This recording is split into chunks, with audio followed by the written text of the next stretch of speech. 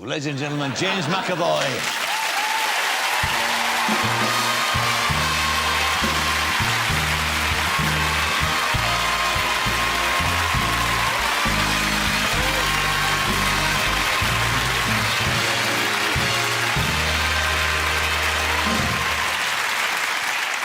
Well, congratulations on the critical acclaim for that film, for Atonement. Thank you. Do you know you got a good one when you read the script? I think you do. I think you read it, and this particular one, I just felt that Christopher Hampton had written the most beautiful screenplay that I'd ever read in my life. Yeah. And with Joe Wright, the director, directing it, and Keira Knightley acting it, I thought it had the potential, at least, to be something very special, you know? I was a lad from Chapel, get an accent like Trevor Howard in Brief Encounter. Hello, how are you? Really good. You watched Trevor Howard in Brief Encounter 5,100 million times. Is that what you did? I did watch it a hell of a lot, but, you know, like, for the last... I've been doing this like 7 years, and I think it's only in the last couple of years that people have actually recognised the fact that I'm Scottish. Most of the work I've had has always been playing Englishmen or But that's a specific accent. I mean, that's 35, oh, no, I know. 30s Britain, isn't it? Yeah, That's yeah. in landed gentry. Yeah. There's that terrible sort of drawl. Yeah, very tight. Very tight. Very tight, isn't it? Yes. Yeah, I couldn't possibly do I said there, setting it up, that you know, it's a story of a man doing a terrible wrong, basically. So take the story from there. So your part, the central character you use. I mean, explain what happens. Basically, he's a gardener who is very much in love with the eldest daughter of the house that he works in, and has been friends with his entire life. And he is told his entire life that class won't keep him back, that he can become a doctor if he wants to, because the father of the house puts him through university and all these kind of things. And he's told that his entire life. And then one day, someone comes along who's a 12-year-old girl who misconstrues a gesture between myself and Keira's character, the scene you just saw, actually. She misconstrues a gesture and basically tells him the world is not that way, and the world will keep you back because of your class. And by the way, you have to go away now. You have to go away and never come back. Yes. And it's horrible what happens to him. Yes. I find it absolutely gut-wrenching what happens to him, but yet that's strangely beautiful to watch. But in a sense, of course, the boy's in no man's land, isn't he? Yeah, you know, the world isn't ready for him yet. No. 10 years' time, the world will be ready for someone like him. Yes. But not yet, not in 1935. The director, of course, I mean, picked you for the part, much of anything, so I've read, that because of your background, because your working-class background kind of fitted that notion of the hero of the film. I think so, yeah. When he first met me, he said, "How does it feel?" And I went, "What?" And he said, "You know, how things are going for you in your career." Basically saying things are going nicely. Is he scared? And I think he was asking me that because it was a similar kind of situation that Robbie Turner, my character, is in, you know. Things are going incredibly well for him, better than he could ever have expected. And yet he's so open and so vulnerable to attack that I don't think he notices it. I don't think he knows what peril he's in. And I think with all the kind of self-searching and inward-looking that we do nowadays, and self-doubting that I certainly do, that I'm not like that. I'm not open and vulnerable to attack. I'm very much waiting for it, you know. And you're waiting for somebody to pull the rug, are you? Yeah, totally. For a long time, I was really waiting for somebody to come along and go, "You can't believe it. You've been very lucky till now, but the game's a bogey, mate. Cheerio." No, that won't happen for a while, I'll tell you. Let's have a look at another scene. Halfway through the film, it changes, and it changes from this glorious English countryside, this country house. It changes to war, and it changes to the retreat of the British Army from Europe, Dunkirk. And you're there as a private soldier, for reasons we won't go into. Joe Wright, the director, has an extraordinary sequence in the middle of this retreat where he actually, for about 4 or 5 minutes, with a sort of single shot, he encompasses his vision of what it might have been like, all right? And this is part of that sequence.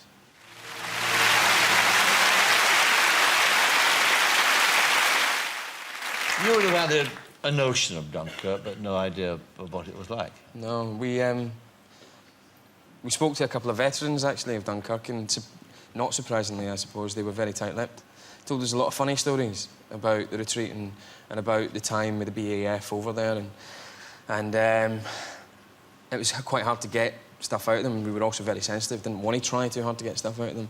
At one point, I think either Danny Mays, Nonzo Anozie or I asked, did you ever see any of your mates get killed, you know? And the gentleman's wife just put her hand on his knee, which I won't do to you, and said, we don't talk about that, you know. You can't but you see, really argue with that. No, it's amazing. but that generation, what was remarkable was it dealt with it. I know. At the end of the talk that we had with them, one of them came along and just got me and the other two guys, Danny and Nonzo, and said, you know, when you're making this, guys, just know how terrible it was, you know. And I think that imparting of some kind of emotional truth, rather than any of the facts that we could learn from books and things, was probably better research than anything you can learn from books, you know. It was very, very... And that's the thing you remember when you're making it, you know. It's interesting, because in the research there's a story about your granddad. You were brought up by your grandparents, weren't you? Yeah, I was. My mother as well, yeah. From the age of 7? Yes. Yeah. Was it a different kind... Well, it's a daft question to ask, because you wouldn't know what a normal upbringing as such would be. Yeah, exactly. But, I mean, what was it like? I mean, what living with older people and all that stuff? Living with older people? Yeah. Oh, it was awfully boring, wasn't it, grandmother? Can I say hello to my granny and granddad? And my mum, hello. Are they still in Drumchapel? They are still in Drumchapel. Are they? So is my mum, they just live across the road from each other. All right. And my wee sister, Joy. It was good, it was great living with older people. You know, they've done it 5 times, so they know what they're doing. And they've messed up all those other kids, and they can do it right with me, and my wee sister. So, no, they were good fun, really, really good fun. I had a great time. And your granddad had been in the army and helped you with the part that you were playing in Privates and Parade when you were was just starting. And it's only interesting in this story because it's a clue as to how actors get little bits which they stick together to make a part. Yeah, no, he it was about 5-6 years ago, and I was doing a play, and it was all set in Southeast Asia, just at the end of the Second World War, and we were all sent home to do research and things, and I really didn't know what to do, so I phoned my granddad up, who'd been in Malaya just after World War II, and I said, have you got any stories or anything like that? And again, he was quite tight-lipped. He told me loads after, weirdly, but when I wanted to know, he was quite tight-lipped. But he sent me lots of pictures down to London. And one of the pictures he sent was one of those, like, it was like a glorious Technicolor cartoon picture. That makes no sense.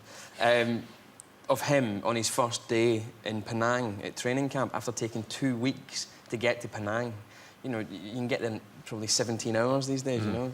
And he was wearing a hat. My granddad doesn't look much like me. He's got really tight, dark, curly hair which comes into a V at the front. But he was wearing a hat, and it looked just like me. And I brought that in the next day to rehearsals, and everybody was like, wow, that's amazing. Did you use that in a computer program or something to put your face in some soldier's body? And again, strangely, out of all the research that you can do and all the facts and all the books and all the histories that you can read, that piece of truth was more important to me than anything else. But how? Why? Because you can connect to it in a way that I think you can't with words. And he's me, he's my blood, you know. Yeah. When did you, living in Drumchapel on the estate there, going to school there, when did you get this notion that you could be an actor? When a very foolhardy director/actor called David Heyman gave me a job when I was 16. God, that sounded like I was slagging him off. I meant to say because I was rubbish in it. He gave me a part in a film after seeing me in a school that he came and gave us a chat on Macbeth. He very famously played Lady Macbeth in the Citizens Theatre and decided to come and give us a chat. I went up to him afterwards and said, would you very much mind if I came and made tea and coffee and stuff for you the next time you're making a film? And he said, no, not at all. And then about 4 months later or something like that, he gave me an audition for a part about child pornography and prostitution in Glasgow. It was a liked piece. And then from there on, I stayed on at school for a wee while and was a baker for a couple of years. Well, not a baker, I worked as a confectioner in a bakery. And I didn't know what to do. And I thought, well, I might try the acting lark. I've not done it in 2 years.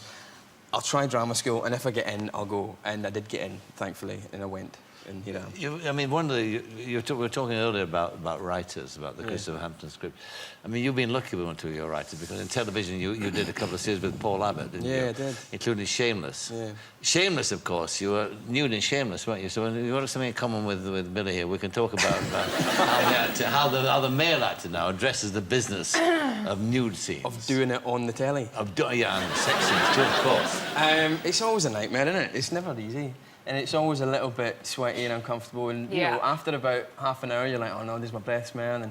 And the thing that I always worry, the thing that's always really difficult is when the director's a bit uncomfortable and he goes, right, we've got this sex scene, guys, and basically we just want you to make it very real. And, you know, we don't want it to be too loving. We want it to be quite, you know, rambustious and very real and energetic. It's like, you're like, all right, great, you've not actually given me any direction yet. OK. So when they call action, really, if you feel the lady's breast, it's your decision to feel the lady's breast. And it's like, this is wrong, you know? And you have no parameters, you know? What was great about Atonement was Joe was very, very, very on the ball with what he wanted, so when you were doing something, it was at his behest. So much so that he was... Yes, I am. So much so that at one point he was getting so into it and telling us what to do as he was off camera. He went, all right, Ciara, wank him off. He just asked me permission to say that, don't you? Sorry, here we are, I'm on Parky. My granny's been waiting for this for years. I have to say,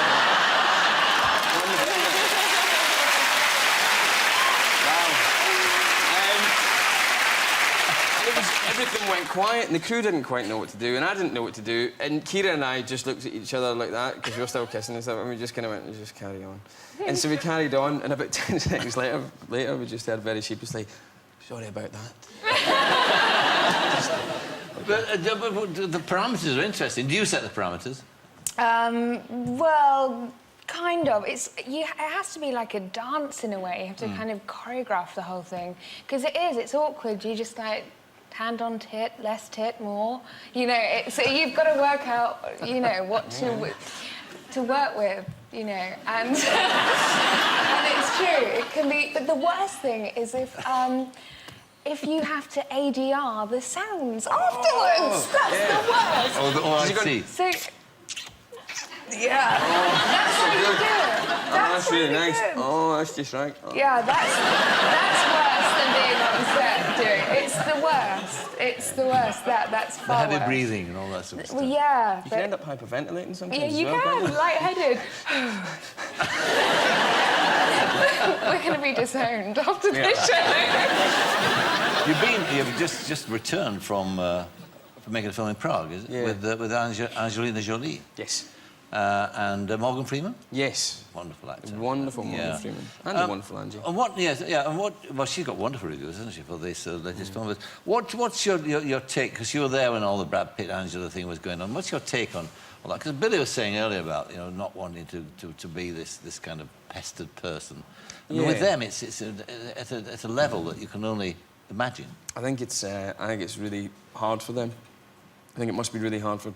I don't know. I've not had hellish much experience of it, but I think you've had a wee bit more. But I can see that it's certainly horrible. The very little that I've had has made me feel really uncomfortable and a bit disturbed, actually. And that's only a very little that I've had. Hopefully, touch wood. And being around Angelina and Brad around about that time was a real eye-opener. And being around Ciara on this as well, I have to say, it's not easy. But also, the amount that's made up about them in the papers is quite ridiculous. Because, you know, you read a paper, even if you're in telly or in the films or whatever, you read the papers and you go, oh, aye. Oh, oh aye. Oh, I see. And, but you probably know it's all nonsense anyway. You probably know that. But there's a part of your brain that still looks at it in the paper, so it exists. And then when you're with someone and all this stuff's happening, you just see how much is made up. How much is like 100% is made up. Yes. And it's ridiculous, really. So that's interesting because it's your identity, and surely nobody should be able to take that God-given thing away from you. I think Jennifer Lopez might have an interesting take on that as well. Sure she will. Yeah. And you got to snog Angelina, didn't you? We did have a bit of a snog at one point, yes. I think they call it, you get paid for that? I tried to set the parameters at the beginning. You did? I said, no, I'm not happy about this. I'm really... Stop when I tell you, Angelina. Yeah, Yes. come on, darling. Sit back. Well, listen, you can be very proud of Atonement. Thank you very much. And all the best on your career, James McAvoy. Thank you.